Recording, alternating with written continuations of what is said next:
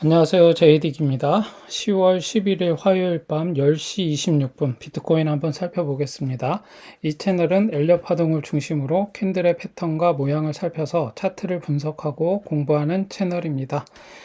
비트코인이 지금 이제 이렇게 하락을 하고 있죠. 지금 여러분들이 저하고 같이 차트를 계속 이렇게 공부하신 분들은 이제 대충 이제 이런 모양이 나오면 눈썰미가 좀 있을 거라고 저는 생각이 되는데, 얘가 이렇게 네 개로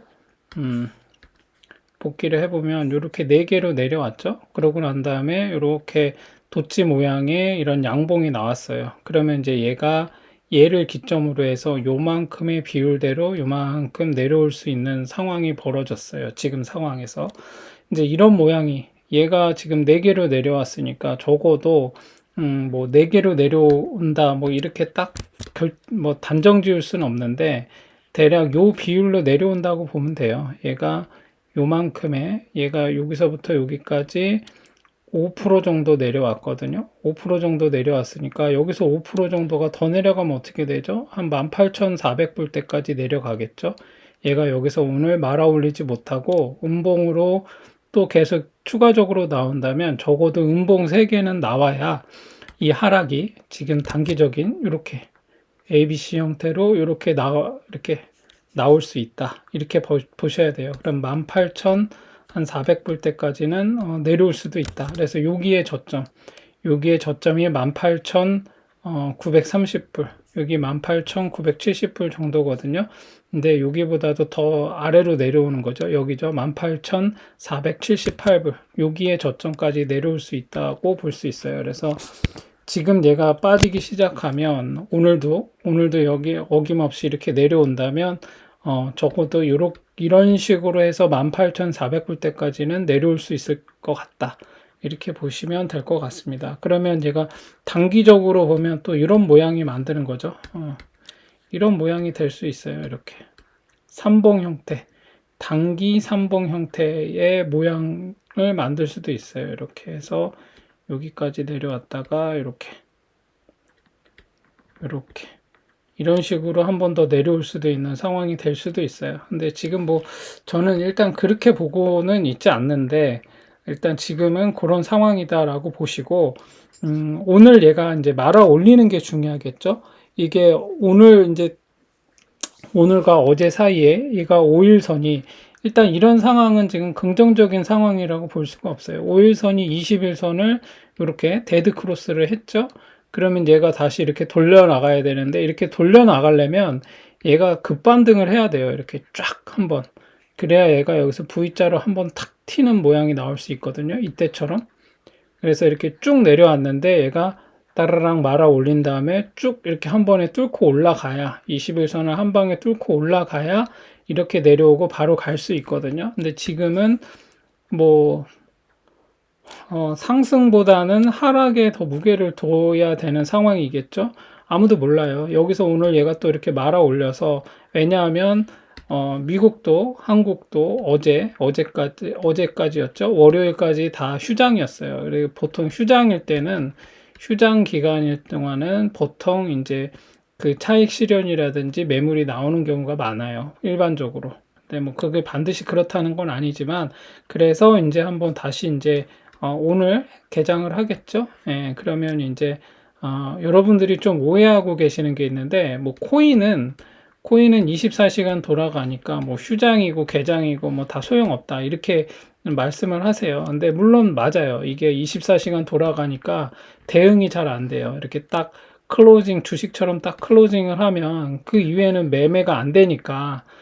그런데 물론 그 장 외에서도 이제 움직이는 게 있긴 있어요. 근데 코인은 일단 뭐 24시간 돌아가니까 이 24시간 돌아가는 거를 우리가 밤새 대응할 수는 없잖아요. 그런 이제 단점이 있어요. 그렇지만 얘가 주식과 마찬가지로 개장이나 휴장이 할 경우에 사람들이, 결국 코인도 결국 사람이 하는 거잖아요. 이게 뭐 사람이 하는 게 아니라면 상관없는데, 결국 코인도 사람이 하는 거기 때문에 놀러 갈 때는 이거 뭐 휴일에 코인 하고 있는 사람들 물론 있겠지만 많은 사람들이 이거 안 하겠죠, 휴일에는. 예, 보통 그렇다고 보시면 돼요. 그리고 뭐 이제 개장을 하면 이제 또 시작하고 그러면 이제 일반적인 금융 업무라든지 뭐 이런 것들도 이제 같이 수반되는 거니까 뭐 돈도 찾고 넣고 빼고 뭐 이렇게 하고 하는데 휴일에 하지는 않잖아요. 예, 그런 일들을. 그래서 그런 것들하고도 맞물려 간다라고 보시고 그렇게 생각하고 계시면 됩니다.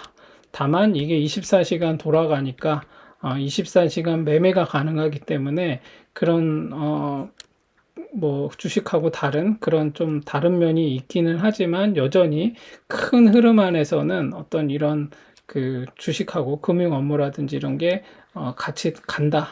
그렇게 보시고 이 시장을 바라보면 될 것 같습니다. 그래서 지금은 좀 애매하죠. 여기서 한 번 더 꼬라박을 수도 있어요. 저는 좀 잘 모르겠는데 지금 상황에 놓고 봐서는 거래량은 이렇게 줄고는 있어요. 거래량은 줄고는 있지만 뭐 이때도 이렇게 거래량이 이렇게 줄면서 내려오긴 했죠. 그러면서 한번 반등이 나오면서 말아 올렸다가 다시 또 이렇게 내려왔다가 변동성이 되게 심했어요. 계속 지금까지. 이때도 쫙 올렸다가 하루 만에 올라갔다가 쫙 내려왔죠. 뭐 이런 지금 상황이에요. 지금 요때 변동성이 되게 심했던. 그러니까 지금 언제였죠? 이게 9월 21일부터 변동성이 되게 심했어요. 그래서 지금은 변동성이 심한 장세다. 이렇게 보시면 될 것 같고, 저는 얘가 지금 상승을 하려면 적어도 얘가 5일선, 캔들이 5일선 위로 올라와야 되고, 21선 뚫고 올라와야 된다. 그 전까지는 얘가 어떻게 될지 모르니까, 지금 상황에서는 뭐 어떻게 지금 매매를 하는 게 조금 애매하다. 좀 유보적인 시각으로 바라봐야 된다. 그러나 어김없이 얘는 저는 여기까지는 한번 갈 거로 보여지는 거죠. 여기 22,700불 때 여기까지는 한번 갈 것으로 저는 예상을 하고 있습니다. 그래서 언제 갈지 모르겠지만 지금 모양이 지금 이 꼬라지를 보니까 이렇게 내려왔다가 이렇게 완만하게 올라가는 걸 보니까 일단은 여기를 돌파해야 돼요. 여기를 돌파 못하면 다시 한번 쭉 한번 빠졌다가 갈 것 같아요.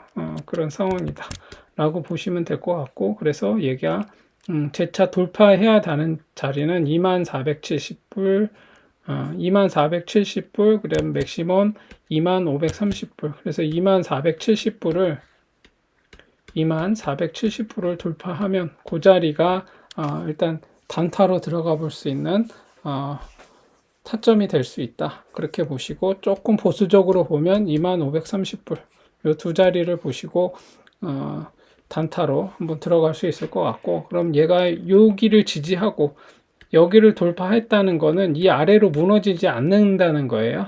얘가 돌파했다가 다시 2470불 아래로 다시 꼬라박으면 이건 돌파가 아니에요.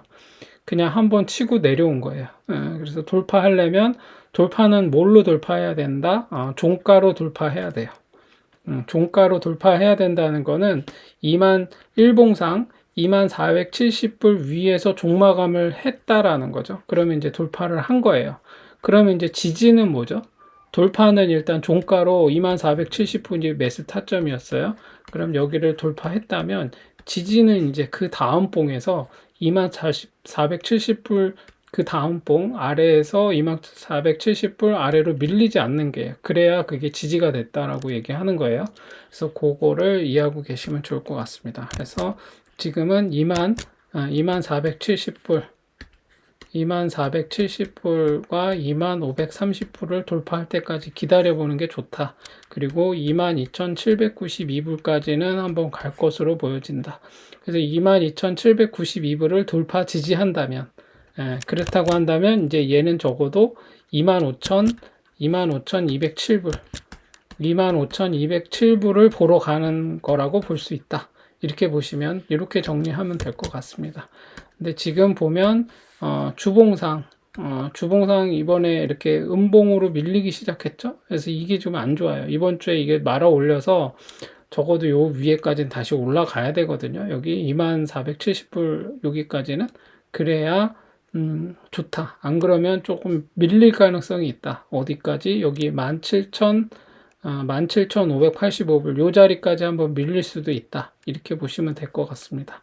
그래서 요번 주가 좀 고비일 것 같네요. 예, 그렇게 보시면 될 것 같고, 월봉상으로는 지금 음봉 3개가 나왔어요. 그래서 이렇게 나온다면 이번 달까지 음봉 3개로 종마감을 해야 11월, 12월에는 한번 상승을 기대해 볼 수 있는 상황이 될 수 있다. 그렇게 보시면 될 것 같아요. 그래서 월봉상 깔끔하게 한 묶음, 두 묶음, 이번 달까지 이렇게 해서 세 묶음으로 마무리하면 하나, 둘, 셋 이렇게 나온 거죠. 예, 보통 이런 식으로 된다고 한다면 요 자리 아니면 요 자리라고 보는 거죠. 그래서 요 자리까지 안 내려왔으면 좋겠는데 솔직히 얘기하면 여기까지 한번 빵 치고 내려갔다가 확실하게 말아 올리는 게 좋을 것 같긴 한데, 근데 그렇다면 좀 너무 많이 내려오니까. 그래서 지금 여기가 이게 별거 아닌 것 같지만 조정을 지금 꽤 오래 하고 있는 거예요. 이렇게 ABC 내려오고 난 다음에 한 달, 두 달, 세 달, 네 달,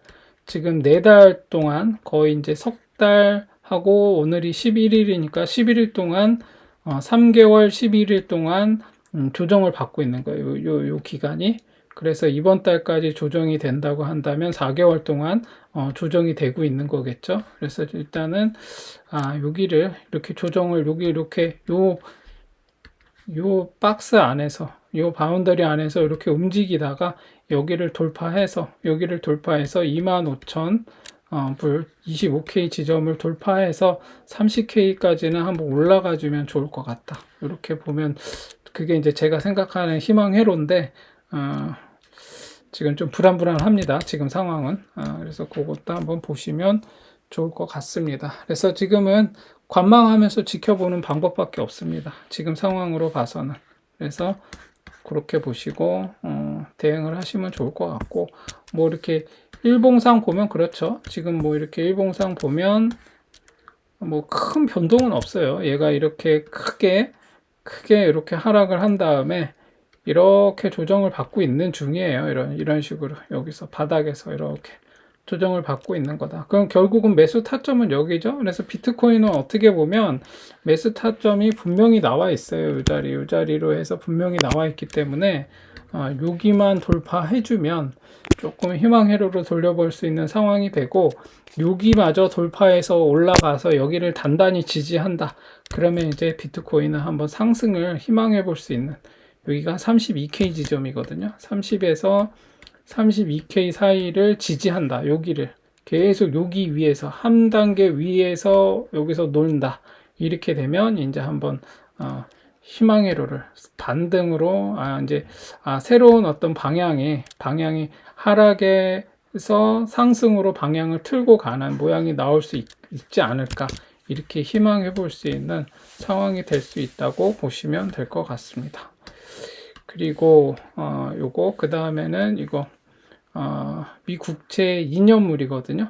국채 2년물을 보면 지금 이게 월봉이에요. 월봉상 이제 얘가 이렇게 여기 고점, 그러니까 지금 2년물도 미국채 2년물도 요 자리를 돌파했어요. 요 자리를 돌파했고, 그래서 양봉으로 이렇게 올라가고 있는데, 이번 달에 얘가 만약에 이제 여기를 한 번 더 올라가주면 내려와도 다시 가겠죠. 예, 그런 상황이 될 수 있을 것 같다. 그렇게 보시면 될 것 같고, 그 다음에 요거 지금 미국채 10년물 같은 경우도 지금 보면 이렇게 여기 요 자리 이렇게 보시면 요 자리와 요 자리 이렇게 두 개 쌍봉 자리를 만들고 있죠. 이렇게 쌍봉 자리를 만들고 있는데 이렇게 있는데 여기를 지금 여기 두 자리를 돌파했어요. 얘가 이미 돌파를 했고, 그 다음에는 이제 여기 자리, 그래서 여기에도 계속 이렇게 자리가 있거든요. 그래서 지금 여기를 월봉상 다 돌파하는 것으로 보여져요. 그러면 얘가 무너져도 다시 한번 또 갈 수 있는 상황이 될 수도 있으니까, 일단은 지금 뭐 상황이 녹록지 않아요. 예. 채권 이번에 그러니까 10년물 채권을 보면은 이번에 되게 이제 좀 그동안에 수십 년 동안에 내려왔던 이 사이클을 역행하는 이런 지금 추세를 역행하는 이런 지금 이렇게 얘를 보시면 이렇게 추세를 역행하는 이런 패턴이 나왔어요. 이렇게 추세를 역행하는 패턴. 얘가 이런 식으로 하락 추세를 그려왔는데 이 추세 라인을 돌파하고 올라가는 이런 모양이 나왔어요. 일단 신년물에서는. 그래서 이번 올해 이런 상황이 기존에 해왔던 기존에 진행해왔던 어떤 매크로적인 어떤 시황에서 되게 좀 다른 방향으로 지금 수십 년 동안에 하락해왔던 추세선을 뚫고 올라가는 상황이기 때문에 이 상황이 그렇게 별거 아니다라고만 보기에는 어려운 상황이 됐다. 뭐 여러 가지 이유가 있기는 했지만 아무튼 그렇게 해서 정말로 한 번도 이런 식으로 보시면 전고점을 돌파해서 이렇게 10년물 채권이 이렇게 전고점을 이때가 언제 1981년 1980년 이후에 10년물 채권에서 그려온 그 어떤 그 추세를 보면 한 번도 여기를 돌파해서 이렇게 강하게 돌파해서 올라간 적이 없어요. 지금 보면 쭉 내려오던 이 추세를 깨고 올라가는 요때 한 번 2018년에 한 번 있었고 이때 2018년 요때 한 번 딱 치고 올라갔다가 요때 보시면 요때였죠. 요때 치고 올라갔다가 내려왔어요. 쭉 내려왔는데 이번에는 좀 다르죠. 되게 강하게 말아 올렸는데 이거를 좀 이렇게 달라진 어떤 이런 특이점이 왔기 때문에 이거를 좀 예의주시할 필요는 있다.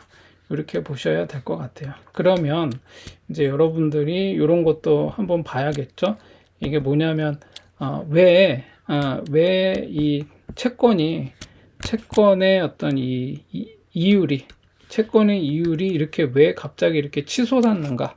이렇게 치솟으면 이 치솟는 이유는 무엇이고 이렇게 치솟게 되면 주식 시장과 이 코인 시장하고 어떤 연관이 있는가? 이렇게 이제 요거를 연관지어서 생각해 볼 수 있어야 돼요. 그러니까 지금 보면 뭐 2년물도 그렇고 10년물도 그렇고 그리고 보통 2년물보다는 10년물이 이율이 더 높아요. 더 높죠? 보통은 더 높아요. 근데 2년물이 어떻죠? 2년물이 지금 종가 기준으로 4.297%죠. 근데 10년물 어떻죠? 10년물도 종가 기준으로 3.927이에요. 근데 얘가 더 높죠. 2년물이 10년물보다 더 높아요. 이율이. 그러면 뭐죠? 2년물과 10년물이 역전이 됐어요. 이런 역전 현상이 일어났어요. 그러니까 이거 별로 좋은 현상이 아니거든요. 이제 이게 왜 그러냐면 채권이라는 거는 여러분들이 이제 채권을 알고 계셔야 되는데 제가 뭐 간략하게만 지금 뭐 이거를 다 설명할 수는 없고 다음에 제가 채권을 따로 시간을 내서 설명해 보겠습니다. 채권이라는 것은 쉽게 말해서 이게 국가에서 발행하는 일종의 어음이죠. 일종의 어음 같은 거예요. 국가에서. 그러니까 이제 국가라고 하는 거는 이제 정부라고 할 수 있겠죠. 그러면 정부가 발행하는 어음이라는 것은 어디서 발행하는 거죠? 우리가 맨날 FOMC 미 연준 얘기하잖아요. 미국 그 연방중앙은행이죠. 그래서 이 연방은행에서 이제 돈을 이제 발행해서 얘가 정부에서 발행한 채권을 이제 시중으로 유통시키는 거죠. 그럼 이제 시중이라고 하면 이제 우리가 아는 흔히 알고 있는 시중은행을 얘기하는 거예요. 그래서 이 채권을 발행해서 이 채권을 사게 되면 우리가 일반인도 살 수 있고 뭐 기관도 사고 다 하겠죠. 그렇게 되면 이 채권을 내가 보유하는 대신에 이제 돈을 빌려주는 거잖아요. 이제 그런 개념이라고 볼 수 있어요. 우리가 채권을 산다라는 건 그런 거잖아요. 일종의 뭐 약속 어음 같은 거를 사는 건데 그러면 이제 국가에서 이렇게 빚을 내 가지고 이제 시중에 돈을 이제 융통시키는 거거든요. 시중에 돈이 없기 때문에 이 유동성을 확보하기 위해서 뭐 여러 가지 이유가 있겠지만 가장 이제 큰 것 중에 하나는 시중에 쉽게 말해서 돈을 왕창 뿌리기 위해서 이 채권을 발행하는 거예요. 뭐 큰 뭐 국가 기관 사업을 한다거나 뭐 여러 가지 있겠죠. 금융 뭐 위기를 뭐 구제 금융을 한다거나 이럴 때 채권을 발행해서 이제 국가에 이렇게 돈 시중에 돈을 푸는 거죠. 예, 그렇게 해서 이제 이게 경기가 이렇게 잘 돌아갈 수 있도록 이제 그렇게 하는 건데 이 채권의 이율이 이렇게 상승을 하는 거예요. 이 채권의 이율이 상승한 거예요. 그렇다고 한다면 이제 이런 일이 발생하겠죠. 만약에 내가 A라는 사람이 2020년 1월에 뭐 100만 원짜리 뭐 이게 뭐 10년물인데 10년 이후에 받는 이제 10년물 채권을 산다면 뭐 100만 원짜리를 내가 하나 샀다고 했는데 연간 이자가 뭐 한 3%였다고 칩시다. 근데 얘가 2021년이 됐는데 갑자기 이자가 이 이율이 3%짜리를 내가 들고 있었는데 2021년 되니까 이 10년물 채권의 이율이 만약에 뭐 한 9% 했다고 칩시다. 이렇게 뛰었어요. 그러면 어떻게 되죠? 이거 10년물을 2020년에 산 사람이 3%짜리를 갖고 있는데 2021년에는 똑같은 건데 이자가 9%야. 그러면 이거 갖고 있던 사람들이 어떻게 되겠어요?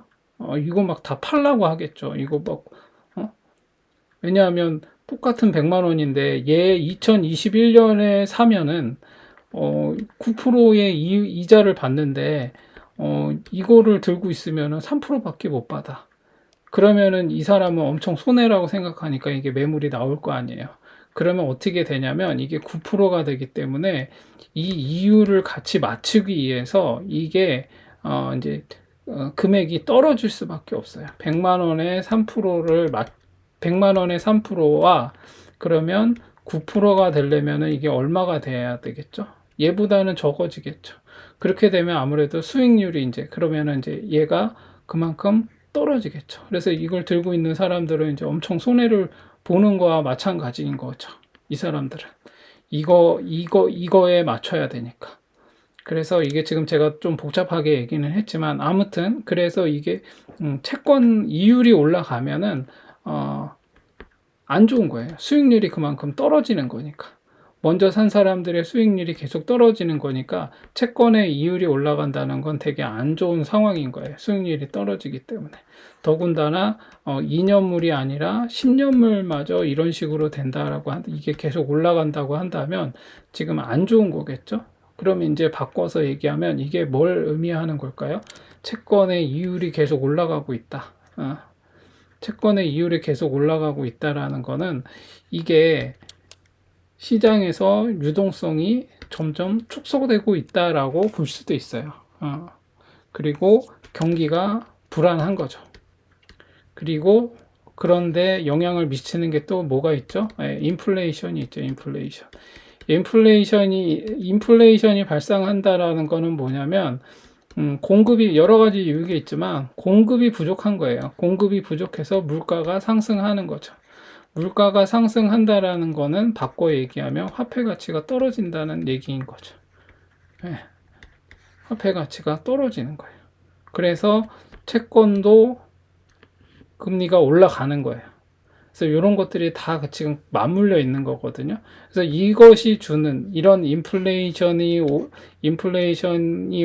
계속 지금 발생하면서 계속 이제 고금리로 올라가야 되고 막 이런 상황이 되면 결국에는 뭐죠?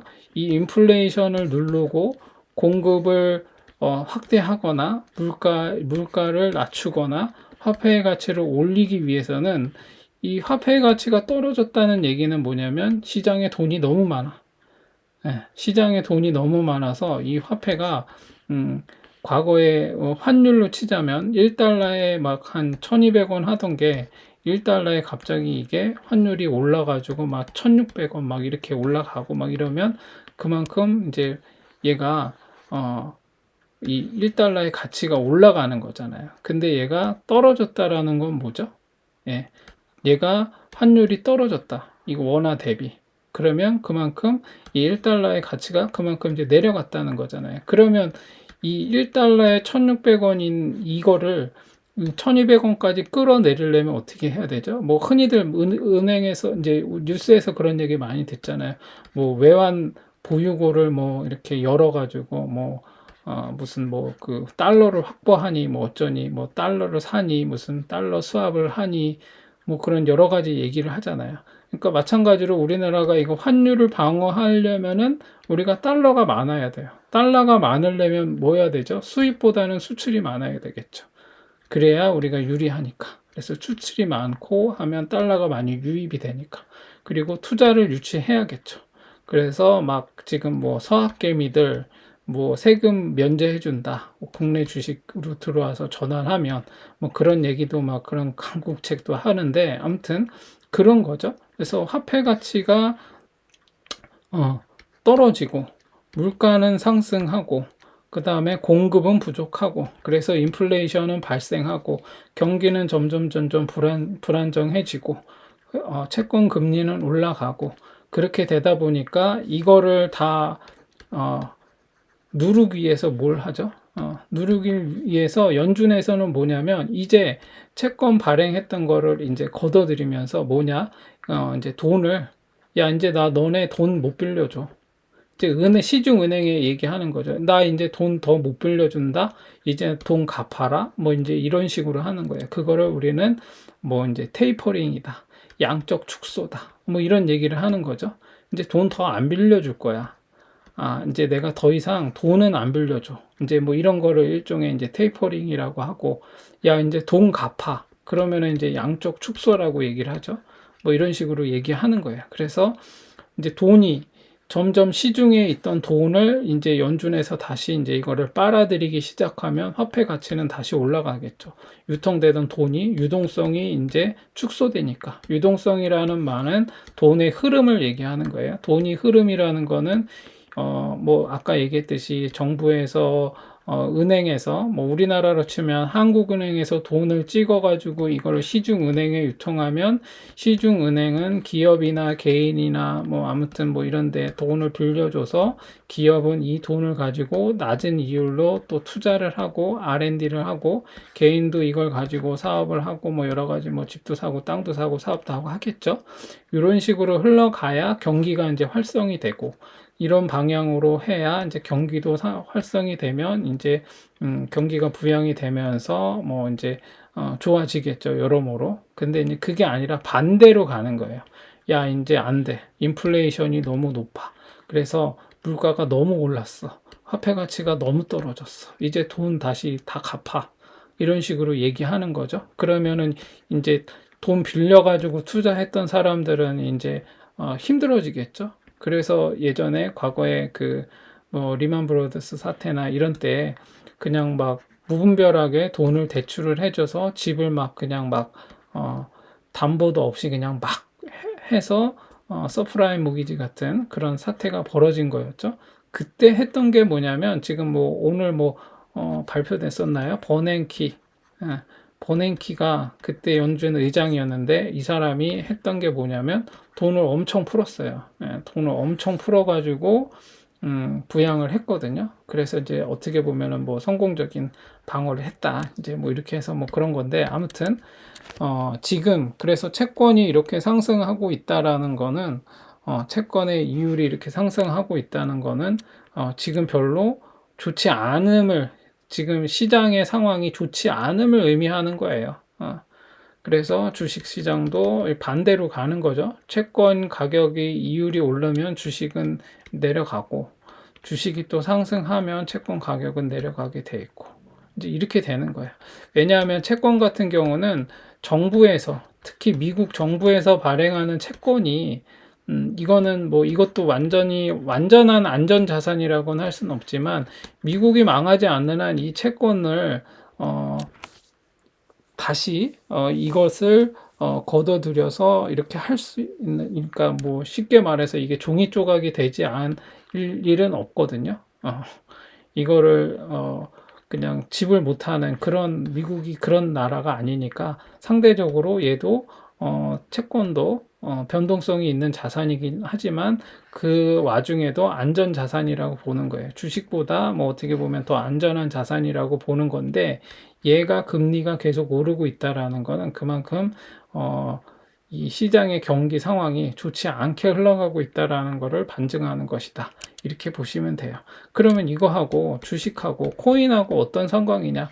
그냥 간단해요. 이게 지금 올라가고 있다라는 거는 결국에는 이 유동성하고 연관성이 있기 때문에 저는 이제 계속 보는 거예요. 이 유동성하고 연관이 있기 때문에 시장에서 이 유동성이 점점 이제 줄어들고 안 좋아지면 코인 이 가상화폐 시장에 돈이 들어오는 게 아무래도 이제 축소가 되겠죠. 수급적인 요인에서 안 좋게 흘러가는 거예요.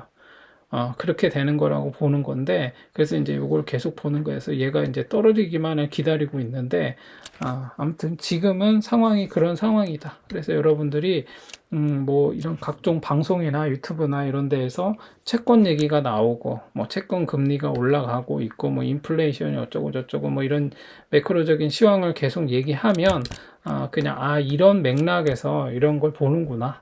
예, 그렇게 보시면 될 것 같아요. 그래서 결국에는 방법은 두 가지가 있어요. 하나는 기업들이 실적이 좋아서 계속 잘 이게 성장을 하고 있으면 주식도 올라갈 수 있어요. 코인도 마찬가지겠죠. 이런 기업들이 코인에 투자한 그런 기업들이 성장을 하고 있고 실적이 좋으면 결국에는 이게 계속 올라갈 수 있거든요. 그리고 또 하나는 이제 이 수급적인 시장의 유동성이 풍부해지면 얘는 이제 올라가게 돼 있거든요. 그런 상황이다. 근데 제가 보기엔 아직 이 유동성이 많아요. 워낙 그 팬데믹 때 워낙 많은 돈을 시장에 뿌려놔가지고 이게 한 번에 이게 싹 들어가기는 힘들 거라고 보는 거거든요. 그래서 이제 서서히 이제 이게 이제 유동성이 이제 줄어들겠죠. 그런데 기업 실적이 이제 계속 얼마나 성장하느냐가 이제 관건이겠죠. 그래서 이 두 가지 측면에서 좀 보는 것도 방법이다. 라고 보면 될 것 같습니다. 그래서 요거 달러의 가치와 환율과 채권의 금리, 그리고 뭐 주가 지수, 그다음에 비트코인의 이 흐름, 이런 것들을 전반적으로 같이 한번 살펴보는 게 이 시장을 바라보는데 조금 그래도 거시적인 측면에서 좀 괜찮겠다. 그래서 제가 계속 보고 있는 거니까 그렇게 이해하고 계셨으면 좋겠습니다. 그 다음에 알트코인 중에서는 디센트럴랜드랑 지금 뭐 샌드박스랑 좀 비슷하게 움직이고는 있어요. 디센트럴랜드랑 샌드박스랑 비슷하게 움직이고는 있는데 이제 얘 같은 경우는 뭐 이렇게 크게 카운팅을 해보면 1파, 2파 이게 주봉이거든요. 3파, 4파, 5파 이렇게 됐다고 보여지는 거죠. 그런 다음에 A, B, C 이렇게 내려오긴 했어요. 그러고 나서 여기에서 이렇게 좀 조정을 받고 있거든요. 근데 이제 이미 지금 얘가 5일선, 21선, 그 다음에 여기 주봉상 요게 240, 120선인가요? 네, 120선. 요게 다 깨지고 내려왔어요. 그래서 지금은 관망해야 되는 상황이고, 뭐 이때 거래량이 압도적으로 한번 터지면서 이렇게 올라갔죠. 그리고 나서 조정이 나온 건데 이 긴 시간 동안 이제 조정이 나오고 있는 중이에요. 그래서 얘도 결국에는 뭐 여기까지는 최소한 한 5,900원에서 7,300원까지는 한번 갈 것으로 보여지기는 하나 얘가 일단은 여기 13,350원 13,350원을 일단은 돌파해야 된다. 13,350원을 돌파하기 전까지는 기다려야 된다. 이렇게 보시면 될 것 같아요. 이렇게 13,350원을 돌파해서 올라오기 전까지는 기다려야 된다. 왜냐하면 얘가 한 번, 두 번 이렇게 두 번 내려왔죠. 그리고 세 번 이렇게 빠질 수도 있어요. 이게 만약에 세 번 이렇게 빠지기 시작하면 얘는 여기까지 내려오는 거예요. 그러면 이제 다들 막 의학 소리 날 수 있어요. 근데 일단 한번 지켜보죠. 여기가 한번 깨졌기 때문에 여기 저점까지 내려올 수도 있겠지만 여기까지도 내려올 수 있어요. 그래서 디센트럴랜드는 지금 제가 얘기한 요 1335원 1335원을 일단 무조건 기다려보자. 그리고 쫄 거 없다. 얘도 결국에는 여기까지는 한번 갈 것으로 희망해 볼 수 있을 것 같다. 그렇게 보시고 여기만을 기다려 보세요. 그리고 뭐 고점에 일단은 여기에서 이렇게 올라가면 주봉상 120선 올라가는 거니까 1335원 여기를 돌파 지지해서 올라가 줘야 된다. 그래서 이런 식으로 이렇게 가주면 좋겠죠. 그러면 전고점까지 가는 거니까 디센트럴랜드는 그렇게 보시면 될 것 같습니다. 그리고 이더리움 클래식 이것도 지금 많이들 걱정하고 있을 것 같은데 뭐 제가 계속 얘기했지만 얘가 일단 241선이 241선 주봉상 120선이 깨졌어요. 그리고 일봉으로 봐도 얘가 241선을 깨고 내려왔거든요. 그래서 참 잔인한데 얘가 일단은 그래 241선을 얘가 지키지 못하면 어떻게 되죠? 241선을 지키지 못하면 뭐 여기까지도 이렇게 내려올 수 있는 거죠. 요 자리 돌파했던 요 자리까지 내려오는 거예요.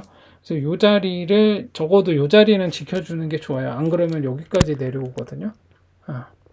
그러면 얘는 지금 일단은 이렇게 한번 파동을 끝냈잖아요. 한 파동이. 그리고 나서 2파가 그냥 여기까지 쭉 내려온다라고 보는 거죠. 그러면 이제 다들 이제 아찔한 상황이 오겠죠. 그래서 이것도 봐야 되는 상황이에요. 그렇지만 그렇게 그러함에도 불구하고 얘는 다시 갈 가능성이 있으므로 뭐 물린 분들은 버텨야죠. 뭐 어떻게 하겠어요. 지금에 와가지고 그렇게 보시면 될 것 같아요. 지금 상황에서는 일단 얘가 여기 자리 여기 계속 얘기했지만 62,980원 여기를 돌파하지 못해서 무너진 거거든요.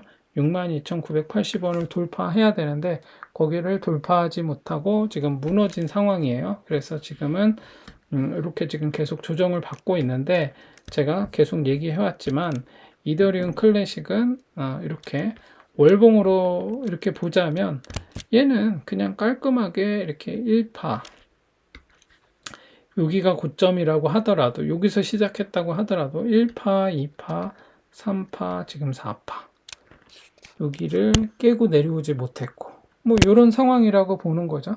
그래서 지금 월봉상 음봉 3개 이번 달까지 음봉 3개로 이렇게 조정을 받고 여기 50% 선을 지키면 좋겠죠.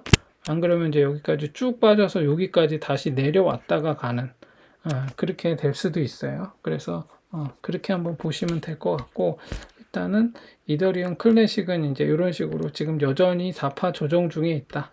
이렇게 지금 얘는 크게 보면 여기서부터 이렇게 그리고 여기서부터 이렇게 이런 식으로 가고 있는 거예요. 그래서 이렇게 요 자리만 깨고 내려오지 않으면 좋을 것 같다.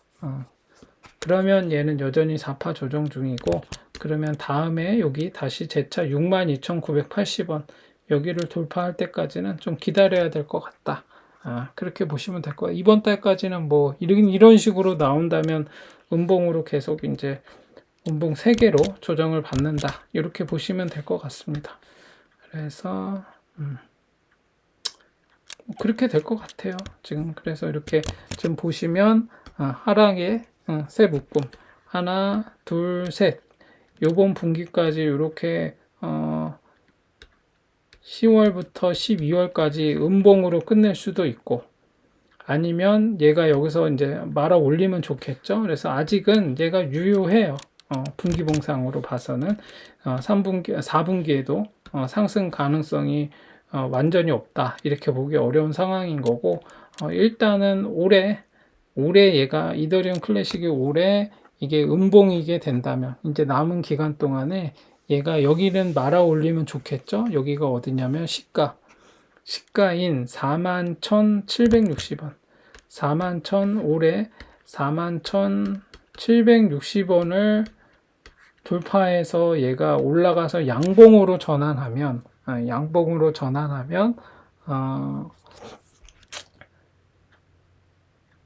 뭐 내년에 다시 여기 제 차 여기 이 자리 62,980원을 돌파하면 이제 양봉 4개가 쓴다라고 볼 수 있는 거고, 돌파 지지하면. 근데 올해 얘가 41,760원을 돌파하지 못하고 한 6위 정도에서 그냥 이렇게 음봉으로 끝낸다. 그러면 이제 내년부터 양봉을 한번 희망해 볼 수 있는 그런 상황이다. 그래서 연봉상은 크게 문제될 거 없어 보입니다. 그래서 연봉이 좀 문제가 있는 애들은, 제가 예전에 봤던 삼성전자처럼 연봉에 문제가 있는 애들은 좀 안 좋아요. 그래서 그런 애들이 아닌 이상은 이더리움 클래식은 제가 볼 때는 별 문제 없다. 그렇게 보고 있습니다. 그래서 일단 얘도 제가 계속 얘기해 왔지만 여기에 고점을 음봉 없이 양봉으로만 돌파하고 지금 이렇게 지금 조정을 받는 중이기 때문에 좀 더 기다려 보자. 얘는 이더리움 클래식은 좀 기다려 봐야 돼요. 이게 이더리움 클래식 뭐 이따가 볼 뭐 비트 토렌트 뭐 웨이브 이런 애들은 조금 시간이 걸리는 애들이에요. 그래서 좀 기다려야 된다. 인내심을 갖고 그렇게 보시면 될 것 같습니다. 그리고 카이버 네트워크. 일단 카이버 네트워크는 만약에 올해 이렇게 음봉으로 이렇게 마무리하면 얘는 나와야 돼요. 일단 안 좋아요. 이렇게 되면. 연봉상 이렇게, 얘가 적어도, 아예 끝 모양을 그리면서 내려오지 않으려면 적어도 얘가, 1570원 위로 올라가야 된다. 올해. 연봉 마감을. 적어도 1570원 위로 올라가야지. 만약에 얘가 이런 식으로 음봉으로 마무리하면 얘는 일단 지금이라도 나와야 돼요. 그래서 남은 기간 동안에 한번 지켜봐야 되겠죠. 그래서 연봉상은 지금 안 좋은 상황으로 흘러가고 있다. 자칫 이렇게 되면 이제 그냥 끝나는 상황이 될 수 있어요. 분기봉상으로도 보면 하나, 둘, 세 개거든요. 그래서 얘가 이렇게 되면 이 도치 모양이 있으니까 그럼 결국에는 이 비율대로 이만큼 내려올 수도 있다는 거잖아요. 분기봉상. 그래서 지금 얘가 그런 꼴이 나지 않으려면 이제 올라가야 돼요. 그래야 얘는 좋거든요. 그래서 지금 얘는 카이버 네트워크는 지금 상황에서 여기까지 이렇게 한번 쌍바닥을 찍었죠. 여기 한번 찍고 여기 한번 찍고 그래서 이렇게 만들었거든요. 근데 이렇게 만들었는데 지금 상황이 뭐 그렇게 좋아 보이진 않아요. 얘가 그래도 뭐 한번 버텨봐야죠. 뭐 지금 어쩔 수 없는 상황인데 한번 보겠습니다. 얘도 월봉상 요 자리를 돌파했고 여기도 돌파했고 여기를 돌파하지 못해서 무너진 거예요. 그래서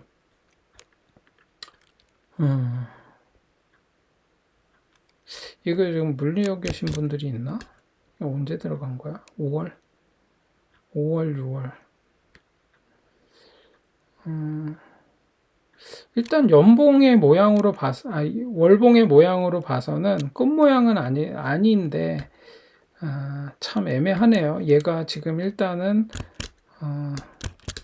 여기를 지지하고 1430원 자리를 지지하고 다시 말아 올리기 시작해야 되는데 지금 이번 달도 이렇게 음봉이면 뭐 지켜봐야 되는 상황이네요. 별로 지금 좋은 상황은 아닌 방향으로 흘러가고 있어요. 그래서 지금 조금 애매한데 뭐 주봉상 이렇게 음봉 하나, 둘, 셋, 넷, 5개까지 나오는데 이게 한번 뚝 떨어질 것 같기도 하고.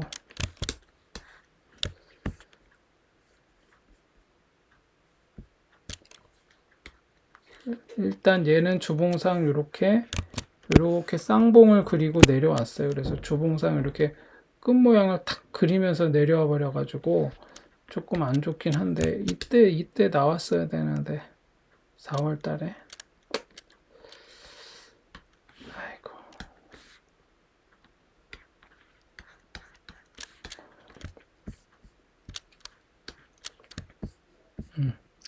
그래서 이런 거를 제가 얘기를 계속 해왔지만 각도를 잘 보셔야 돼요. 이렇게 얘가 이렇게 가파르게 각도로 이렇게 해서 쫙 내려왔죠. 그런 다음에 쌍바닥을 한번 만들고 여기서부터 이렇게 올라갔는데 241선을 맞고 그냥 다시 한번 떨어졌어요. 그러면 이제 여기가 B파 자리가 되는 거죠. 예, B파 자리가 되고 쭉 내려와서 여기가 지금 C가 되고 있는 거죠.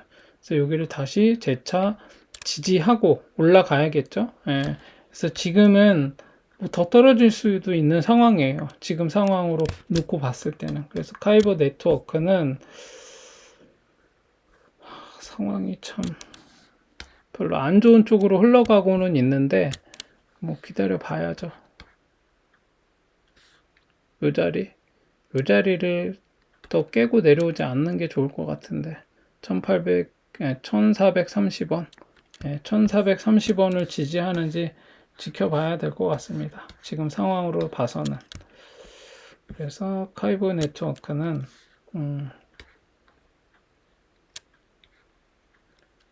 횡보 중인데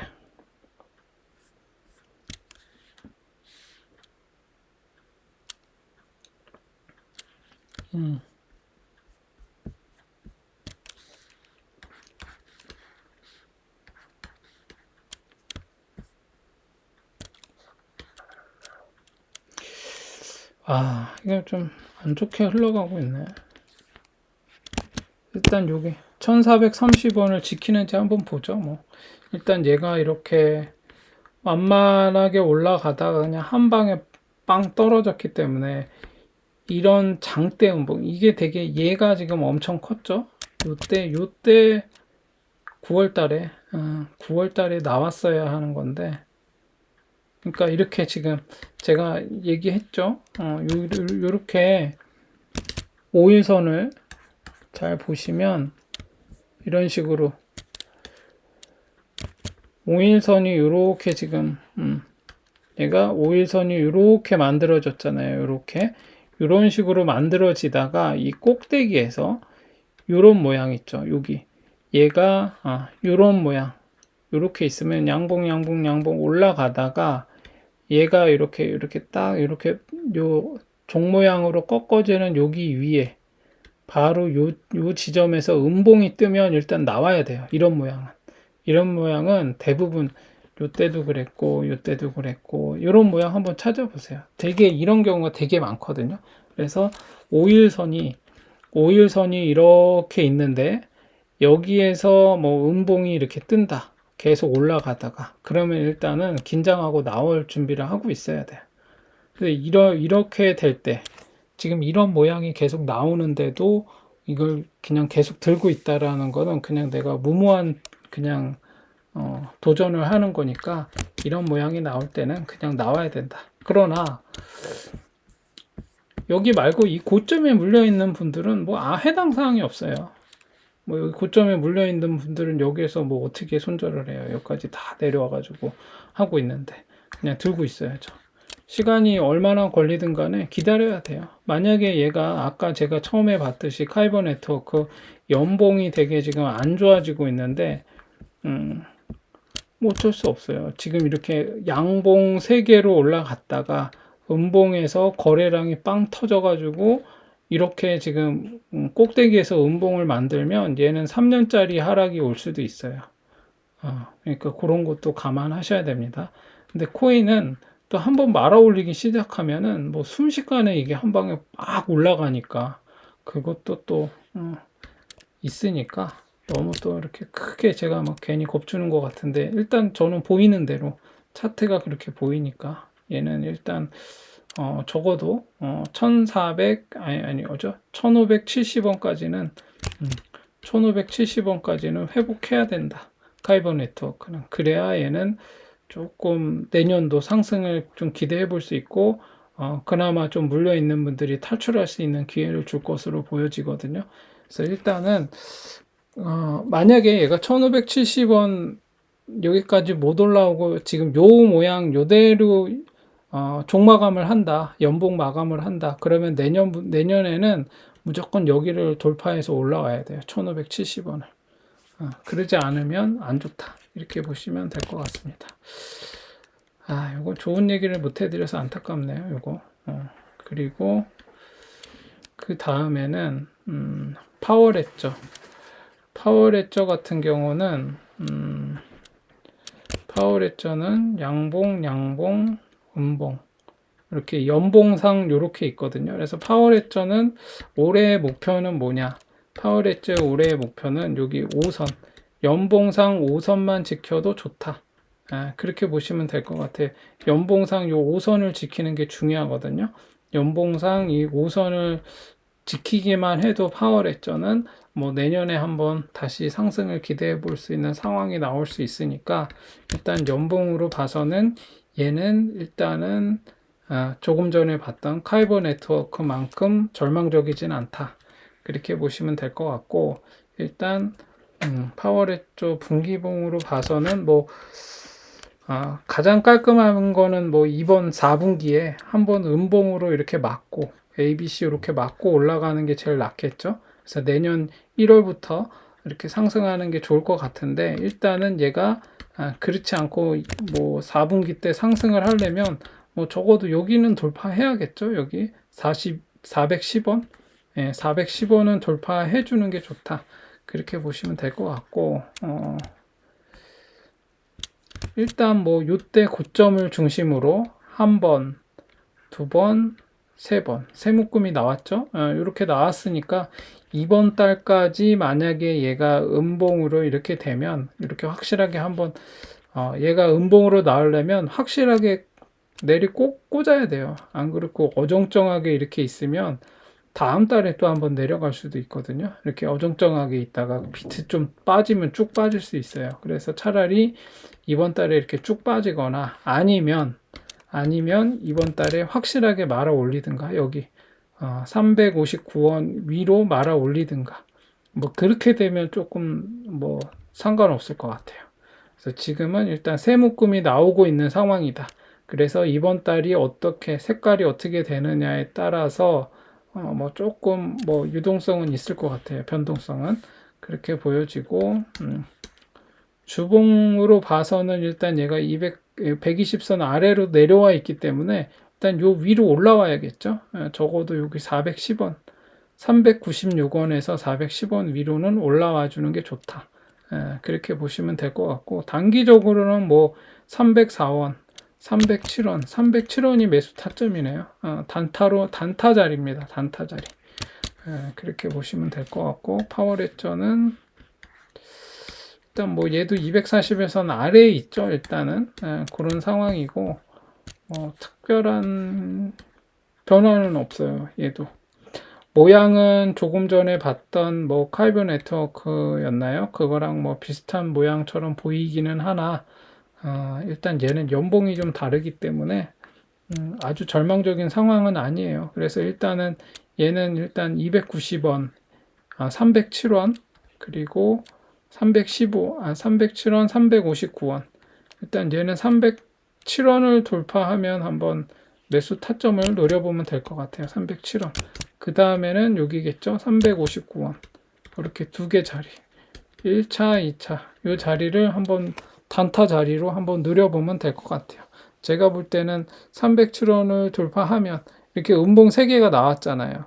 얘가 더 내려갈 수도 있어요. 그러니까 이거 뭐 음봉 3개 나왔으니까 이제 들어가자 이렇게 하시면 안 되고 여기 그러니까 항상 물리게 되는 이유가 뭐냐면 물론 돌파할 때 매매할 때도 많이 물리긴 하지만 이게 여기 안 올라왔는데 그냥 저점 잡겠다고 들어가서 물리는 경우가 되게 많으니까 요거는 그렇게 한번 보시고 대응하시면 될 것 같습니다.